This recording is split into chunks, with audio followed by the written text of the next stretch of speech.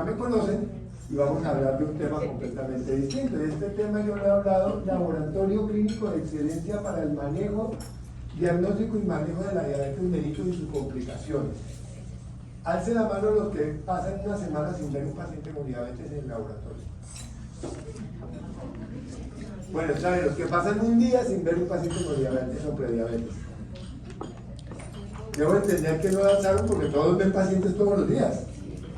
Entonces, tener un laboratorio de excelencia en diabetes y prediabetes hoy en día, digamos que es un ideal que el laboratorio lo va a tener, y vamos a ver qué sería un laboratorio de excelencia en diabetes.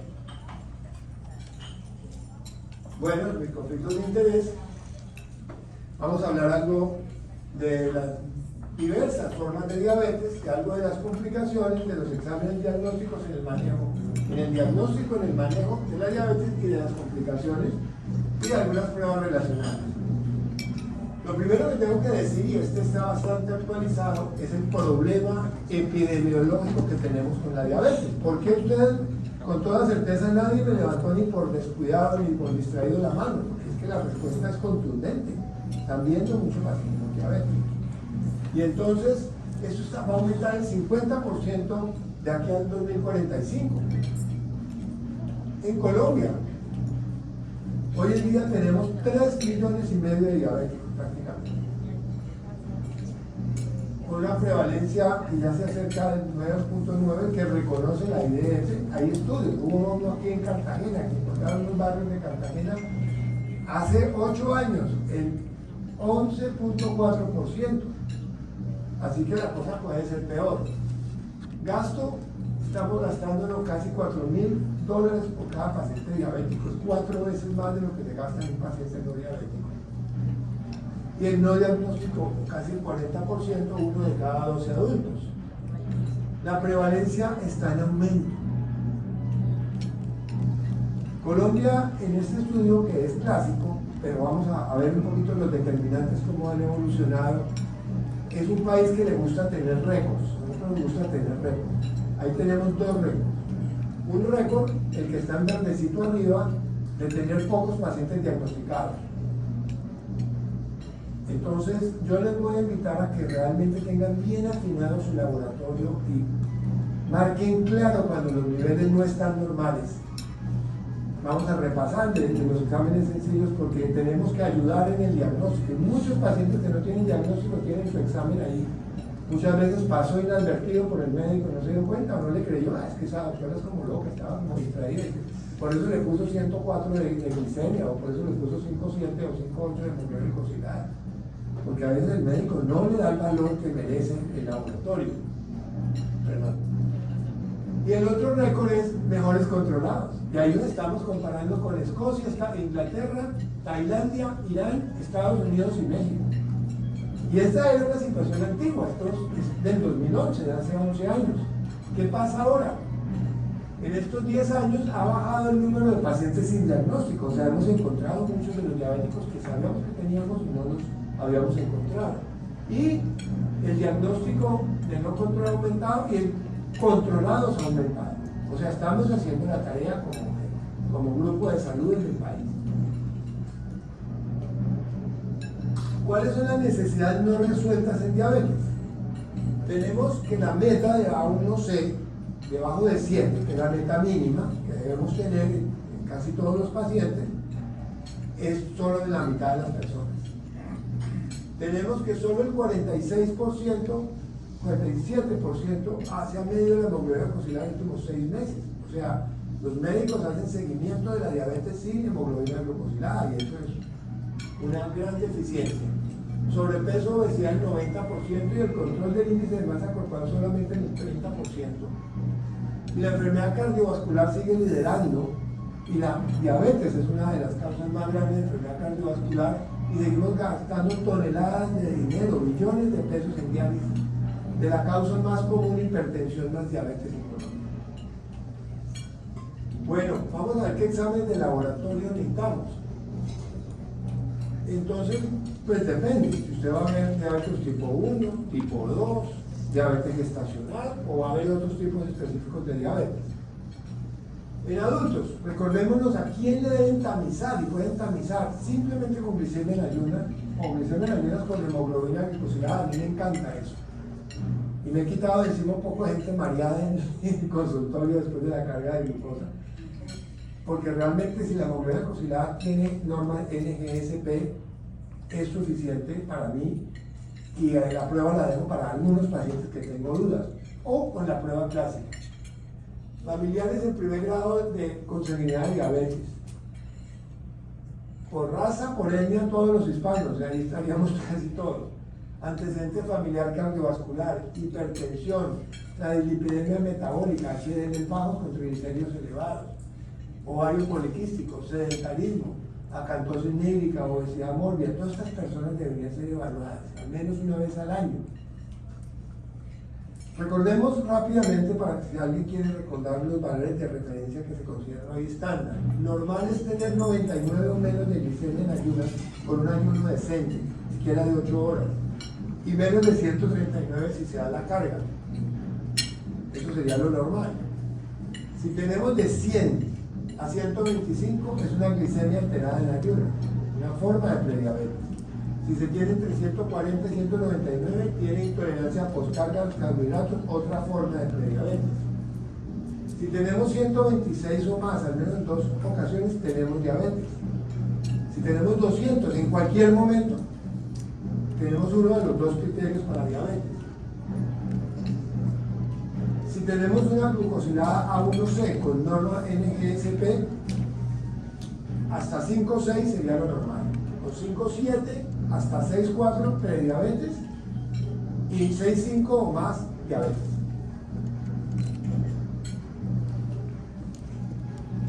La tipo 2 es la predominante. Este es un paciente mío típico, la obesidad tipo manzana, vean, ustedes no conocen a nadie así en su barrio ni en su familia, ¿sí? Predominantemente insulino resistente, predominantemente con un defecto secretor, son el 10%, que no son así barrigones, son de N2, pero no son así barrigones. Me pueden solicitar, además de las pruebas que vimos, hemoglobina glicosilada, glicemia o glicemia postcarga de glucosa, les pueden pedir leptina e insulina. Ese sí es curiosidad mía. ¿Con qué frecuencia le están pidiendo medir insulina? No mucho. Por ahí una vez en el año, una vez en un mes.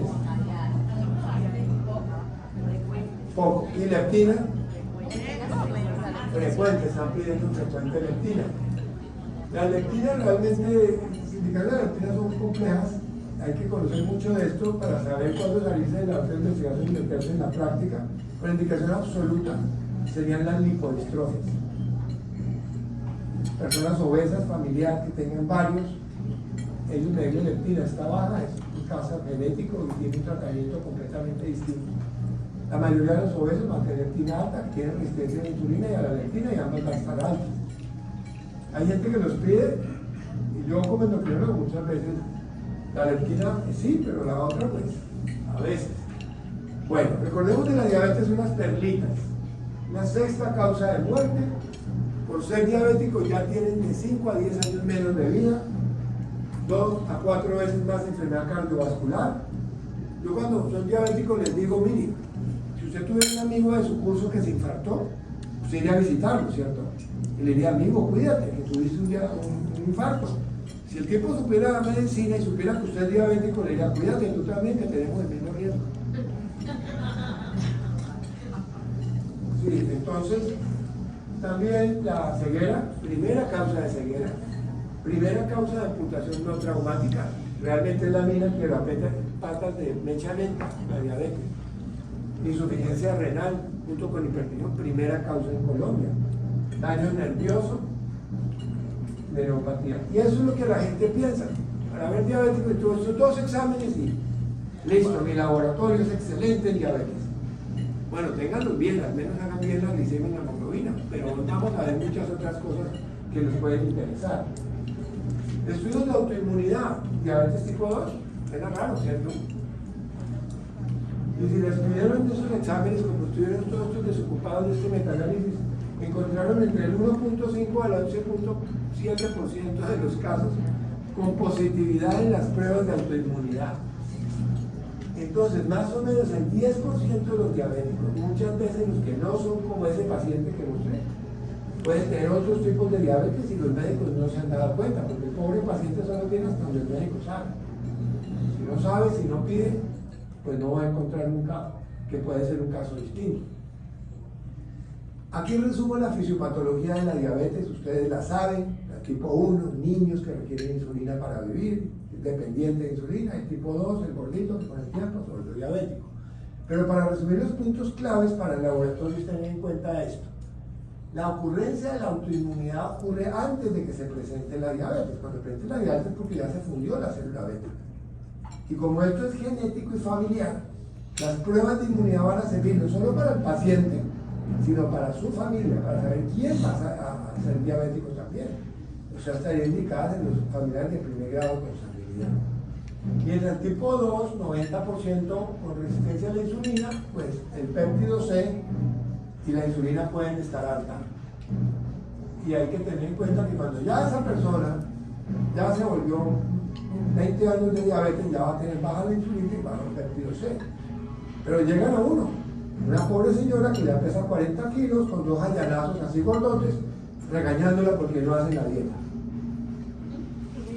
Y tienen la misma enfermedad todos. Y el peladito ahí jugando Nintendo, nietico ahí jugando ahí, gordito, todos con la misma enfermedad. Y la hija no viene porque está embarazada y está con macrosomía el niño, la misma enfermedad, en toda la familia. Por eso es importante tener en cuenta eso. ¿Y cómo evolucionó el laboratorio? Recordemos que la insulina solo se conoció en 1921, los famosos trabajos de Van y Bess, que descubrieron que en la cola de páncreas había unos islotes, que no les cuento, y se pudo mirar el primero radioanálisis de insulina en 1959, en la cola Yarrow, en Nueva York. Pero mire, hasta años recientes, como en el 19, están empezando los niveles más altos para que los laboratorios tengan el profesionalismo más grande en la medición de vitaminas, de insulina y de péptido C. Y las estandarizaciones han sido relativamente recientes. Por eso muchas veces ustedes en el laboratorio no saben con quién compararse, no es tan sencillo como otras cuestiones. La medición de insulina libre, Soichi Nakawa publicó esto hace poquitico, 1973. Y entonces dice, si bien la insulina directa es el estándar de oro, los pacientes que están tratados con insulina humana o con análogos, en ellos puede haber anticuerpos antiinsulina. Miramos cuántos, porque es una de las pruebas que miramos. O simplemente hay personas con síndrome de resistencia a la insulina por anticuerpos antiinsulina. En ese caso, si yo miro la insulina total, voy a tener un revuelto de la que está funcionando con la que está atrapada por los anticuerpos. La insulina unida va a subir exageradamente cuando se da una carga de glucosa y hay anticuerpos. La determinación de la curva de insulina para ajustar la terapia, sin embargo, nunca ganó relevancia clínica. Entonces, se preocupó este señor mucho por tener una curva precisa de insulina, pensando que la parte clínica se iba a ir a tratar de tener unos niveles normales de insulina para tener buen control de la diabetes. Pero resulta que la cosa fue por otro lado. Nosotros miramos aquí los sujetos normales. Si le da una carga de glucosa intravenosa, sube. Si se la da oral, sube un poco más, es el efecto incretina. Mientras en los diabéticos tipo 2 está amputada esa subida y es más lenta, no tienen buen efecto incretina y no tienen buena producción de insulina. La insulina como prueba con prueba de tolerancia a la glucosa para predecir los beneficios de la terapia con insulina, realmente, o para la probabilidad de progresión o dependencia de la insulina, nunca prosperó. La utilizamos para otras razones, pero no para eso prácticamente.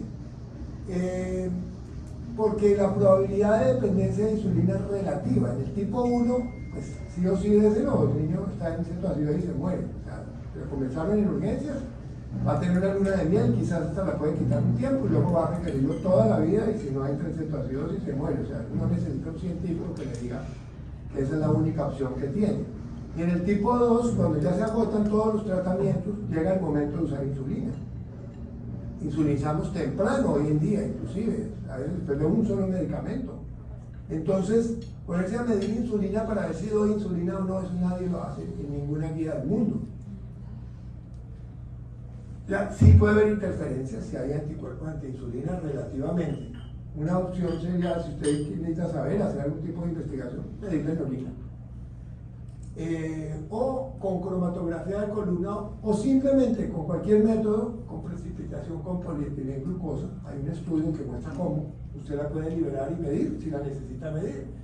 Entonces la insulina libre sigue siendo de interés limitado como técnica para monitorear la terapia. O sea, para clínica no la usamos, salvo para algunos casos de diagnóstico, pero no la libre. Casos excepcionales de niveles altos de anticuerpos antiinsulina, a veces uno la podría necesitar. Entonces usted tiene cómo sacar la parte libre con polietilenglicol. Hasta ahora parece que el control de glucosa en diabéticos no se puede lograr en general normalizando el perfil de insulina. ¿Por qué? Porque cada paciente tiene su tolerancia a la insulina. ¿En qué estamos en los pacientes que requieren insulina? Hoy en día usamos, y Colombia es líder en bombas de infusión, y cuando uno tiene un paciente con bomba de infusión, uno lo que hace es prescribirle basales y bolos, pero dados todos por la máquina. Entonces uno dice, de tal hora a tal hora voy a tenerle tantas unidades, de tal hora tantas unidades, y uno tiene lo que se llama la sensibilidad a la insulina. Entonces, uno mira cómo reacciona con las diferentes cargas de carbohidratos y ya sabe el paciente cuánto necesita para que no haga hiperglicemia por una carga dada. El paciente aprende a contar los conteos de calorías o los intercambios de carbohidratos. Él llega y mira el plato y mira ese pozo y dice, 7 intercambios ahí.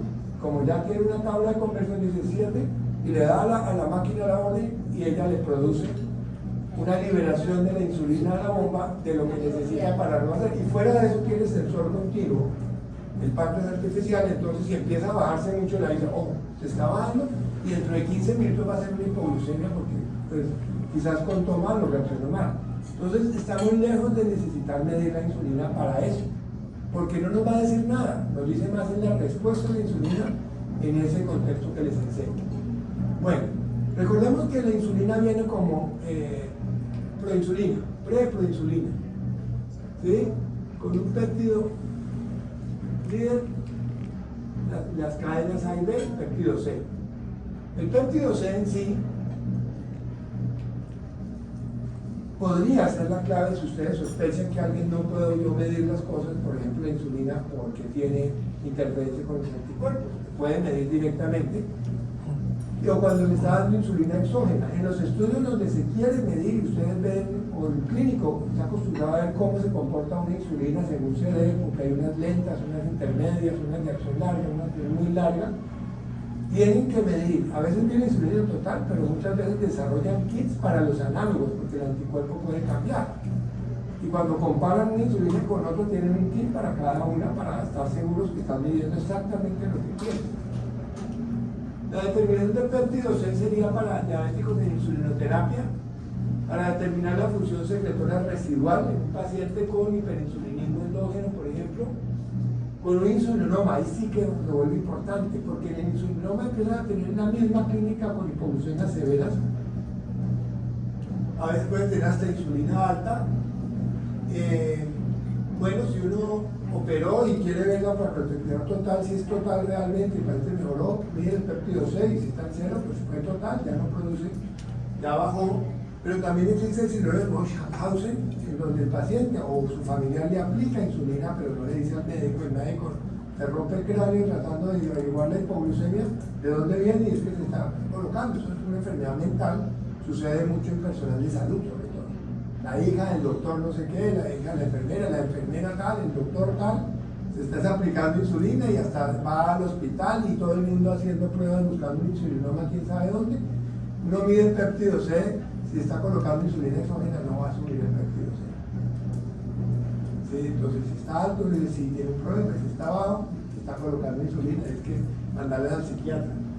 Monitoreo de pacientes con una función cíclica de células beta, que se ha visto sobre todo en pacientes post-trasplante.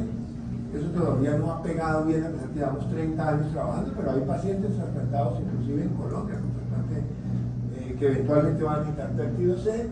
Diagnóstico de monitoreo de remisión de diabéticos juveniles cuando uno tiene que hacer el diagnóstico diferencial, como vamos a ver aquí adelante. En la historia natural de la diabetes tipo 1 hay un punto que quiero resaltar, es este punto en donde hay obviamente alteración de la inmunidad y es un punto preclínico. Bien, ¿cuándo nos interesa ese punto preclínico? En los hermanos y en los familiares en primer grado de consanguinidad de ese paciente con diabetes tipo 1. Este es un niño tipo 1, típico. Deficiencia absoluta de insulina, las células beta se destruyeron, entonces va a haber anticuerpos, sobre todo al comienzo. Puede que años después ya no los encuentren, pero el comienzo, ahorita hacer el diagnóstico, los va a ver. ¿Cuáles anticuerpos? Los anti-GAT65, los anti-islotes o ICA, los antitirosina fosfatasa, los anti-insulina y los anti-zinc transportador 8-ZNT8. Entonces ya van descubriendo de qué se trataría un laboratorio de excelencia en diabetes, lograr poder medir todas las cosas cuando sea pertinente. También hay una tipo 1 idiopática donde no se encuentra. Entonces esa célula beta en diferentes fracciones tiene estos antígenos que producen estos anticuerpos. Los más populares son los anti-GAT, que son positivos en más del 80% de los DM1 que están comenzando, y los segundos los anti-insulina. Y la presencia de uno o más marcadores positivos, por ejemplo estos dos, ya le da una certeza de DM1 altísima, ya uno sabe para dónde va ese paciente. Bueno, vamos a ver diabéticos tipo 1 contra control sano. ¿Qué diferencia va a tener el laboratorio? Pues la glucosa obviamente está alta porque son diabéticos, tanto en ayuno como una glucosa al azar, por supuesto la A1C. El péptido C, si son DM1, tiene que estar bajo, porque no produce insulina, se le dañó la célula beta, no produce esa insulina.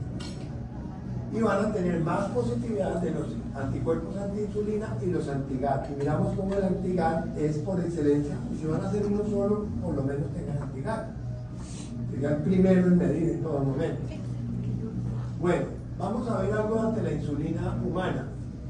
Se demuestra la evidencia temprana de esto que estoy colocando aquí en azul son los valores de referencia de los métodos de SNP, que los está invitando acá, y yo le estaba diciendo al señor Vélez que a mí me aterra la cantidad de alimentos que tiene, porque es que usted antes tenía que tener una inversión de unas 18 máquinas para reemplazar esto, y eso para mí, ustedes que tienen más experiencia en laboratorio pueden decir que estoy diciendo carrera. Pero así es una cosa increíble que podamos acceder, pues no todos, pero algunos podrán acceder a los diferentes, y hay como un menú grande, con un restaurante inmenso, pidan lo que quieran. Y entonces, ese es el rango que dan en la prueba de ellos.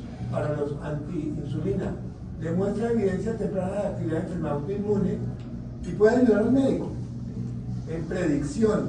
¿Quién? El hermanito del niño con diabetes. Este niño va para allá, hay que cuidarlo. Desde ahora, no hay que dejarlo que entre cetoacidosis en el hospital. Diagnóstico, manejo de pacientes con diabetes. Es el único autoantígeno específico ya de la célula beta, ya puede estar en estas partes. Predominantemente se va a ver positivo en niños pequeños con DM1.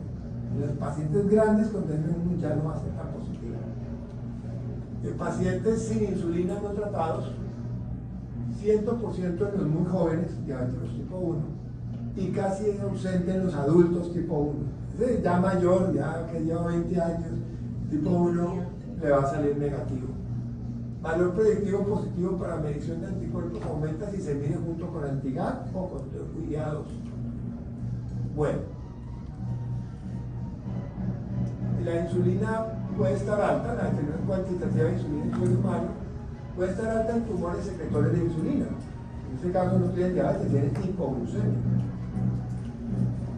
Es de simulación con tolbutamida o de calcio, pueden desempeñar algo de función cuando uno está estudiando la localización de un posible insulinoma. El hallazgo de hipoglucemia en ayunas en asociación con una concentración de insulina sérica alta, generalmente un tercio. O sea, si tiene 100 de glucosa y tiene 30 de insulina ya uno se preocupa en el contexto de un paciente que está haciendo hipoglucemias verdaderas, o 60-20, un tercio. Los anti-GAT o anticuerpos de carboxilasa de ácido glutánico. Aquí está cómo está una célula beta, en donde está el GAT metido por todos lados. Enzima producida principalmente, pero no exclusivamente por los islotes pancreáticos.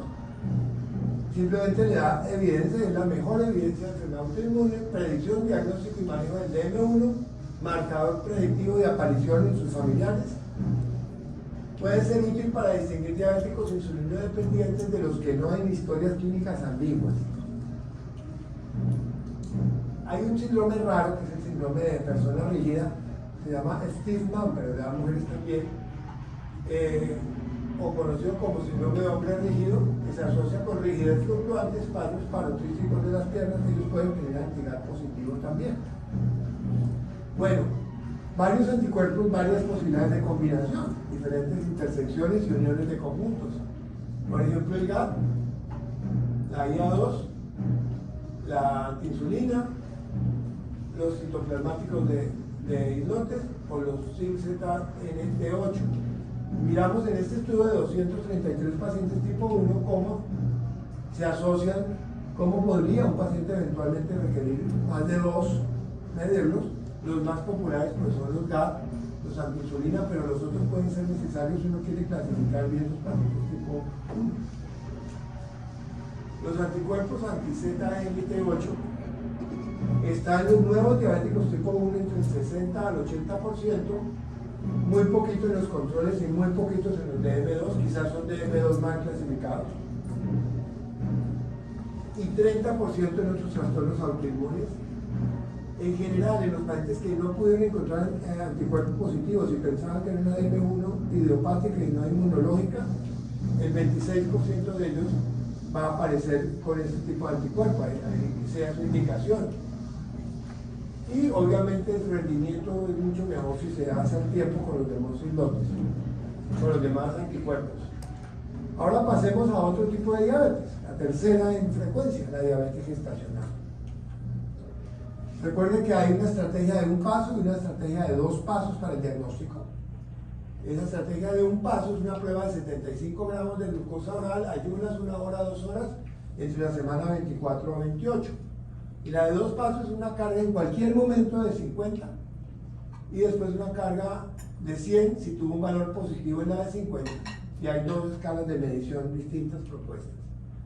Entonces, en la de un paso, se alcanza o excede alguno de los siguientes valores, entonces se decide que tiene diabetes. En ayunas mayor o igual a 92, 1 hora 180 o 2 horas 153. Esa es la estrategia de un paso, con la carga entonces de 75. La de 2 pasos, el primer paso se le da 50 a cualquier hora, a la primera hora si tiene más de 140 es positivo, y entonces se hace el segundo paso, se le da una carga de 100, y en ayunas y mediciones a 1, 2 y 3 horas. Y los valores serían 95, 108, 155 o 140. Y con el National Data Group dicen 105, 90, 165 y 145.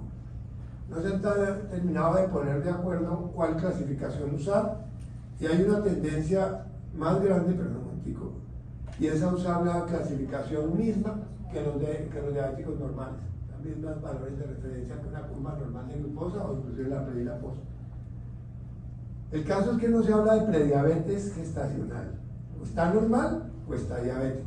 Lo que pasa es que es diferente tratar a una persona que está comenzando la diabetes gestacional. No hay momento en la vida en que la gente haga más caso que en ese momento, no solo porque tiene el marido encima, porque tiene su hijo sano y tiene la suegra encima, sino, no sé por qué motivaciones tal vez de la maternidad, realmente una mujer ahí generalmente sí cumple las cosas a diferencia de otros diabéticos. Bueno, pero un momentito, que aquí se pasaron una rápido. Perdón.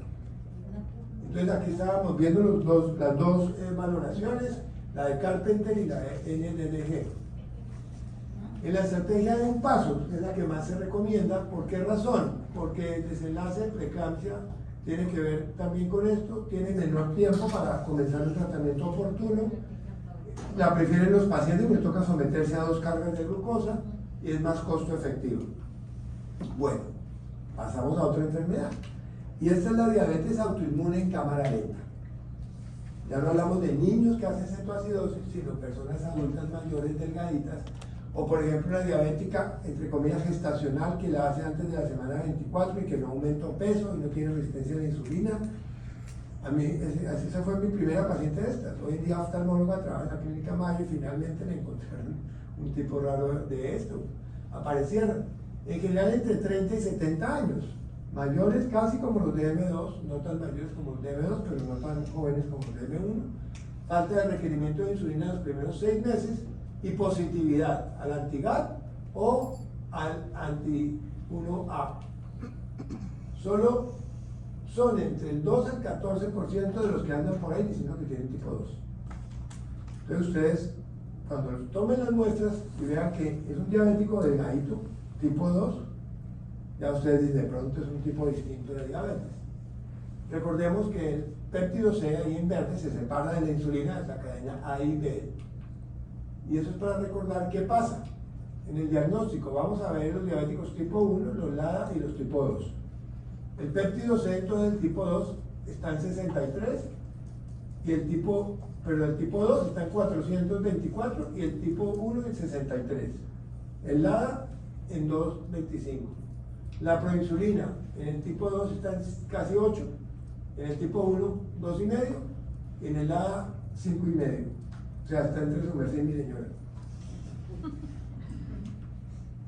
Y aquí miramos lo mismo. En este estudio, no es mi prima, es una española que publica bastante de LADA, muestra lo que es el área bajo la curva del péptido C. Para eso es lo que más sirve medir el péptido C, o el pico del péptido C, el nivel más alto en una curva, en redonditos que están aquí arriba los valores, los de M2, tanto el pico como área bajo la curva, en el LADA, que es el intermedio, o el diabético tipo 1, que son los niveles más bajos.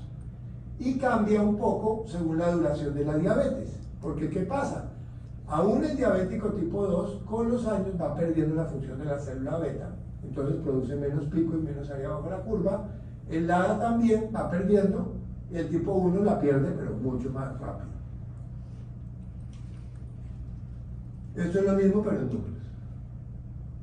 Otro tipo, y traigo grupo porque esto es de agrupación familiar. Pronto a ustedes les va a llegar al laboratorio una persona ni tan jovencita como un DM1, ni tan mayor como un DM2, y de pronto llegan 2 o 3 hermanos con diabetes. Todos tenemos diabetes en la familia, esto es parte del apellido de la familia, es la diabetes.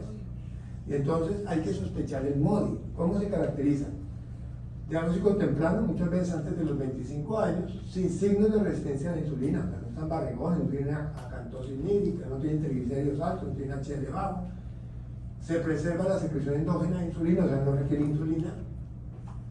Y entonces hay que pensar en la diabetes MODI. Es autosómica dominante, o sea, por eso hay varios familiares con el mismo problema. Y de estos, mutaciones de factores de transcripción y maduración de células beta pancreáticas, vamos a ver una lista extensa. Mutaciones de enzimas encargadas de sensar la glucosa, entonces hace que haya diabetes. Defectos en el cromosoma 20, la mayoría, en el MODI 1, por ejemplo, del HNF4-alfa, o en el cromosoma 7, la glucoquinasa, o en el cromosoma 12, pero también la HNF1-alfa, MODI 3, o el DNA mitocondrial o otros. Fuerte historia familiar, independencia de insulina, ausencia de anticuerpos contra los antígenos pancreáticos, producción endógena de insulina, no requiere insulina. Entonces, ahí miramos la diferencia grande. Mire, la edad, menor de 25 años, no tan jovencito como el DM1, ni tan mayor como el DM2 o la LADA. La historia familiar altísimo, casi tanto como la de M2. Herencia autosómico dominante, similar a la población, igual gordo, flaco.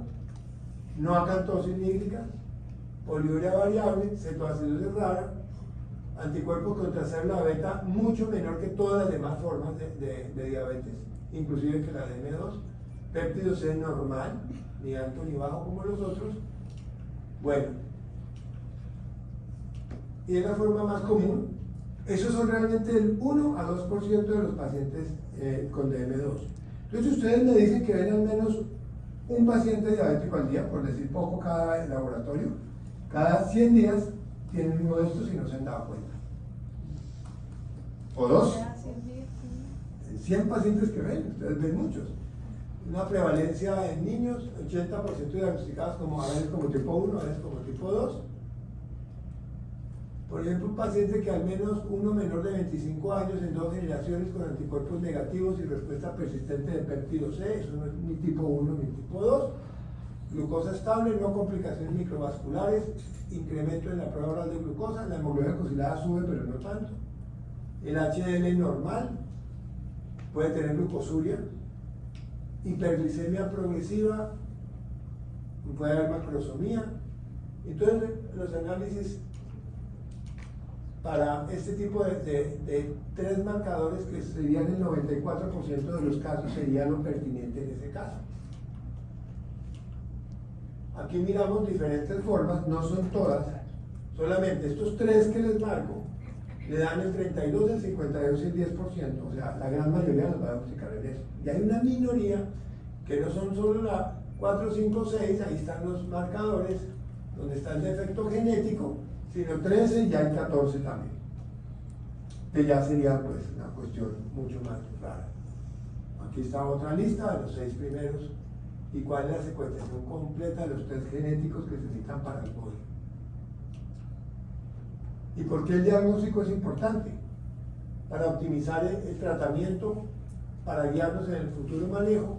Si se conoce la mutación, se puede saber quiénes de la familia están afectados aún antes de haber tenido hiperglicemia, identificar el riesgo de desarrollo de diabetes tipo 2. Y esos no son los casos raros. Ahora sí vamos a hablar de algunos de los casos raros, porque estamos diciendo una cosa que usted ve una vez al mes, no son raros, lo que pasa es que no los ven, que no se han enterado que los están viendo. Pero esto sí es más raro de ver. La resistencia tipo A, niños con acantosis nigricans severa, el leprochanismo, que es un tipo de enanismo con distrofia, el síndrome de Raptus-Mental, que es muy caracterizado, los que ven genética lo pueden ver, el síndrome de diabetes lipoatrófica, la rubéola congénita, la citomegalovirus y otras causas que causan diabetes neonatal. Y el síndrome de hombre rígido o persona rígida que tiene anticuerpos antirreceptor de insulina. Y otros que sí los ven también, pero no los tienen tan en cuenta, que son distintos, que son los postpancreatitis, en los cuales importa la amilasa, la lipasa, y saber que se van a comportar más o menos como los LADA, ni una cosa ni la otra. Las neoplasias de páncreas, que también es algo que debemos tener en cuenta en estos pacientes, que aumenta la prevalencia y este marcador CA19-9 ayuda.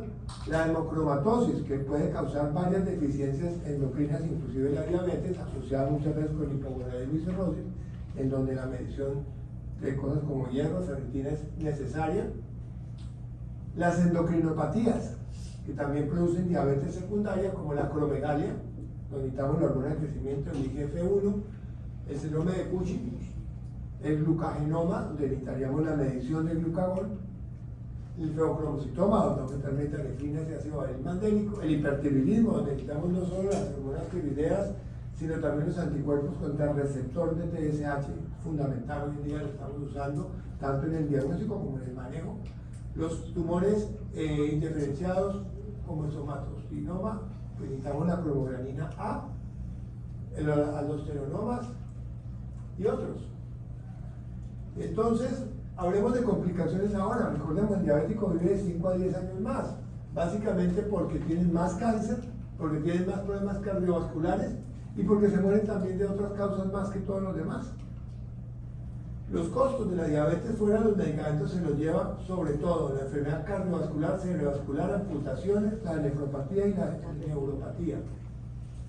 De enfermedades cardiovasculares vamos a necesitar los diagnósticos de diabetes, los diagnósticos de falla cardíaca. Hoy en día van a ustedes recibir cada vez más exámenes para los diabéticos mandados por los cardiólogos, porque están llegando a descubrir que existe esto como riesgo, como enfermedad, y se están saliendo del contexto de únicamente la plomería de arterias coronarias al metabolismo, que es en última la causa. Y obviamente la industria farmacéutica los motiva a estudiar, entonces van a pedir más. También en caso de hipertensión arterial, el dímero de las dislipidemias como más especiales, la proteína C reactiva, que es un marcador hoy en día de riesgo coronario adicional. En renal, la beta 2 microglobulina, la albúmina, la lipocalidina y la cistatina C cada vez más van a cobrar interés. Esta mortalidad por diabetes iba aumentando, iba como en meseta. Ahora no sabemos, pero sí sabemos que con COVID las cosas no les fue bien a los diabéticos. El ministro dice el 23% de los fallecidos en COVID tenía diabetes, cuando son el 10%, o sea, se murieron el doble que los demás. Recordar que está asociado con un incremento 2.5 veces más de tener enfermedad grave y fatal, especialmente pacientes mayores.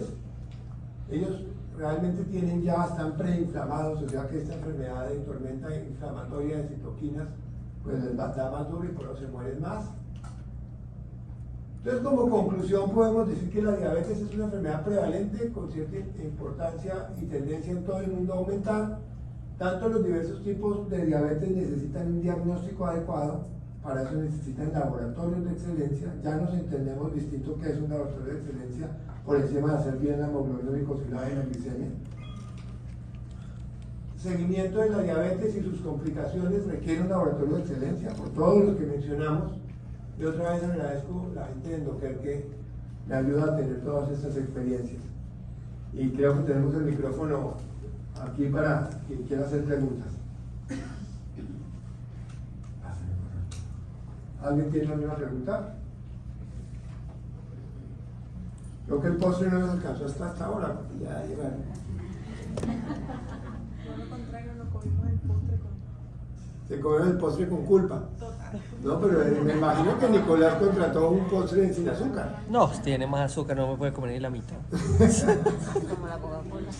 Usted me acuerda cuando iba al hospital casi todo, estaba en una clínica, yo ahora estoy solo en Endoker, pero en una época iba a la clínica de Marley, todos eran mis amigos, y cuando yo llegaba a hacer cola en la cafetería, los que estaban diciendo, écheme más, me veían, saque. Y nos regaña. Bueno, ¿alguna pregunta?